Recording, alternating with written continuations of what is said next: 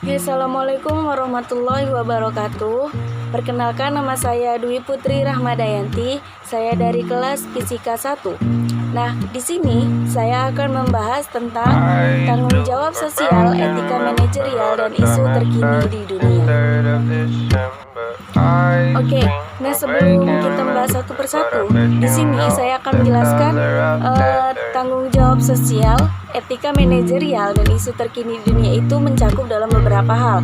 Di sini akan kita bahas yaitu yang pertama, perbandingan klasik dan sosial ekonomi dari tanggung jawab sosial. Yang kedua, peran yang dimainkan oleh stakeholder dalam tanggung jawab sosial, perbedaan kewajiban, tanggapan, dan tanggung jawab sosial, faktor yang mempengaruhi perilaku etis dan tidak etis, peran manajer dalam mendorong perilaku etis, serta cara manajer dan organisasi melindungi pegawainya dari isu mengenai etika. Oke, nah di sini kita akan membahas dulu pembahasan yang pertama, yaitu perbedaan pandangan klasik dan pandangan sosial ekonomi dari tanggung jawab sosial. Nah, di sini pandangan klasik sendiri berpendapat bahwa fokus utama manajemen adalah menghasilkan laba. Maksudnya di sini apa? Seorang manajer yang bekerja di perusahaan itu hanya berfokus pada kepentingan pemegang saham atau kepemilikan saham. Sedangkan menurut pandangan sosial ekonomi, manajemen itu tidak hanya berfokus pada kepemilikan saham, tetapi kepada masyarakat yang lebih besar melalui peraturan perundang-undangan dengan mendorong mereka untuk membeli produk, barang, atau jasa. Nah, oke, kita akan membahas pembahasan yang kedua, yaitu tentang peran yang dimainkan oleh stakeholder dalam tahapan tanggung jawab sosial. Nah, stakeholder sendiri itu dibagi menjadi dua, yaitu stakeholder primer dan stakeholder sekunder. Stakeholder primer adalah sekelompok orang yang jika mereka tidak dilibatkan langsung dalam perusahaan tersebut, maka akan berdampak buruk bagi perusahaan tersebut dalam jangka waktu yang cukup lama. Contohnya apa? Contohnya ada pemegang saham, manajer, pekerja, dan distributor.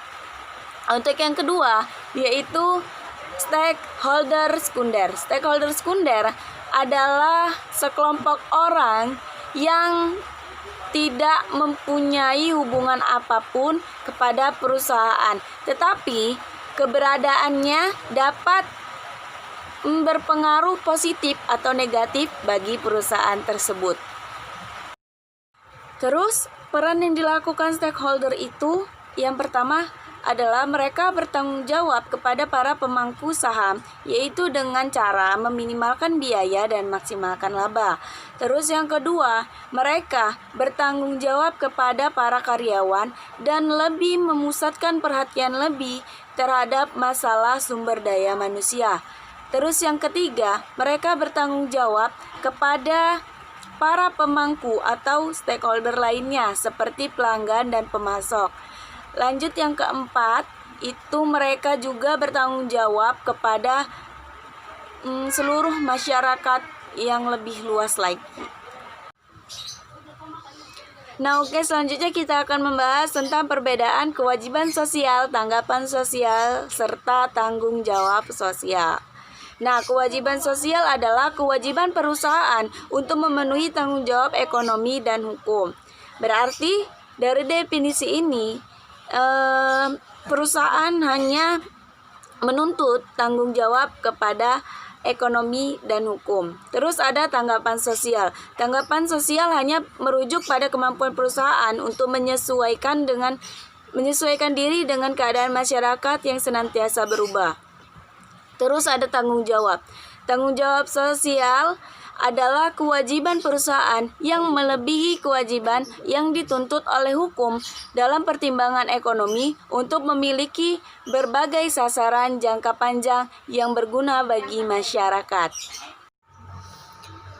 Oke, untuk selanjutnya Faktor yang mempengaruhi perilaku etis dan tidak etis. Ada beberapa faktor yang mempengaruhi perilaku etis dan tidak etis. Yang pertama itu adalah leadership atau kepemimpinan. Dalam suatu perusahaan atau organisasi, kepemimpinan ini sangat berpengaruh besar dalam perusahaan tersebut. Karena leadership ini merupakan salah satu proses pengarahan atau pengaruh pada kegiatan-kegiatan dari sekelompok anggota yang saling berhubungan tugasnya. Nah, terus yang kedua itu ada strategi dan performasi. Strategi itu sangat berpengaruh penting pada perusahaan atau organisasi. Karena strategi dalam perusahaan harus bisa melaksanakan keseluruhan kebijakan perusahaan guna mencapai tujuan perusahaan dengan jujur. Terus yang ketiga ada karakteristik individu. Karakteristik individu merupakan faktor internal yang menggerakkan dan mempengaruhi perilaku individu seseorang. Jadi baik atau tidaknya seseorang itu tergantung pada karakteristik orang itu sendiri.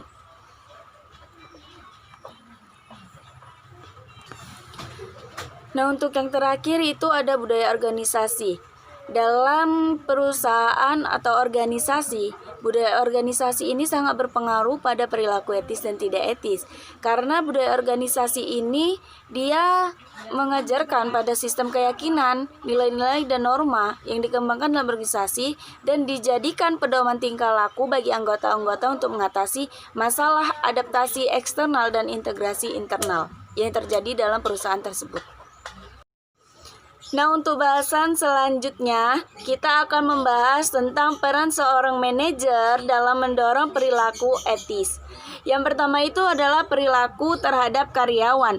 Dalam hal ini, manajer sangat penting dalam mendorong perilaku etis terhadap karyawan. Karena dalam tindakan ini, perusahaan itu harus memiliki budaya etika yang sangat kuat. Contohnya saja, jika kita baru memasuki dunia kerja, pasti dalam perusahaan tersebut kita itu akan di-training. Nah, jadi training etika sudah menjadi suatu kewajiban bagi perusahaan tersebut guna untuk mendorong perilaku etis seseorang. Nah, yang kedua adalah komunikasi dalam perusahaan. Komunikasi dalam perusahaan ini juga sangat penting dalam mendorong perilaku etis seseorang. Karena keterbukaan ini memiliki jalur yang lebih jelas bagi karyawan yang merasa bahwa ada sesuatu yang harus diperbaiki guna mengungkapkan kekhawatirannya kepada seorang manajer. Terus yang ketiga adalah akses terhadap manajer. Nah, jadi semua karyawan itu harus mempunyai akses terhadap manajer tingkat atas kepada siapa mereka akan mengungkapkan kekhawatirannya. Dalam hal ini, mereka tidak ada tindakan yang akan menghukum karyawan jika mereka mengungkapkan kekhawatirannya. Nah, sebaliknya jika karyawan tersebut mengungkapkan kekhawatirannya kepada seorang manajer, maka ungkapan mereka itu harus dihargai. Jadi, akses terhadap manajer ini sangat penting dalam mendorong perilaku etis seseorang. Nah, terus yang keempat adalah mengakui kesalahan. Jadi, seorang manajer melakukan kesalahan, alangkah baiknya harus ada kemauan dari pihak manajer untuk mengakui kesalahan yang telah diperbuat. Jadi, perilaku seorang manajer yang telah mengakui kesalahannya dapat memberikan contoh yang baik kepada para karyawan yang lain. Nah, untuk selanjutnya adalah peran seorang manajer dan organisasi dalam melindungi pegawainya dari isu tentang etika. Yang pertama itu adalah menghindar. Jadi menghindari konflik yang terjadi dapat dilakukan jika suatu masalah atau isu tersebut tidak memicu konflik yang tidak terlalu penting, atau jika potensi konfrontasinya tidak seimbang dengan akibat yang akan ditimbulkan. Jadi penghindaran ini merupakan strategi yang sangat memungkinkan dari pihak-pihak yang berkonfrontasi untuk menenangkan diri. Terus yang kedua adalah mengakomodasi, memberikan kesempatan kepada orang lain untuk mengatur strategi pemecahan masalah, khususnya apabila suatu isu atau masalah tersebut penting bagi orang lain. Terus yang ketiga adalah kompetisi. Metode ini mungkin dapat menimbulkan konflik, tetapi bisa jadi merupakan metode yang penting untuk alasan-alasan keamanan. Terus yang selanjutnya adalah kompromi atau negosiasi. Masing-masing memberikan dan menawarkan sesuatu pada waktu bersamaan, saling memberi dan menerima, serta meminimalkan kekurangan semua pihak yang dapat menguntungkan semua pihak.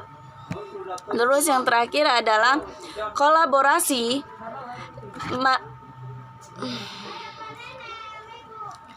Terus yang terakhir adalah memecahkan masalah atau kolaborasi. Perlu adanya suatu komitmen dari semua pihak yang terlibat untuk saling mendukung dan saling memperhatikan satu sama lainnya. Oke, nah sekian saja video dari saya tentang pembahasan tanggung jawab sosial, etika manajerial, dan isu terkini di dunia. Lebih dan kurangnya saya mohon maaf.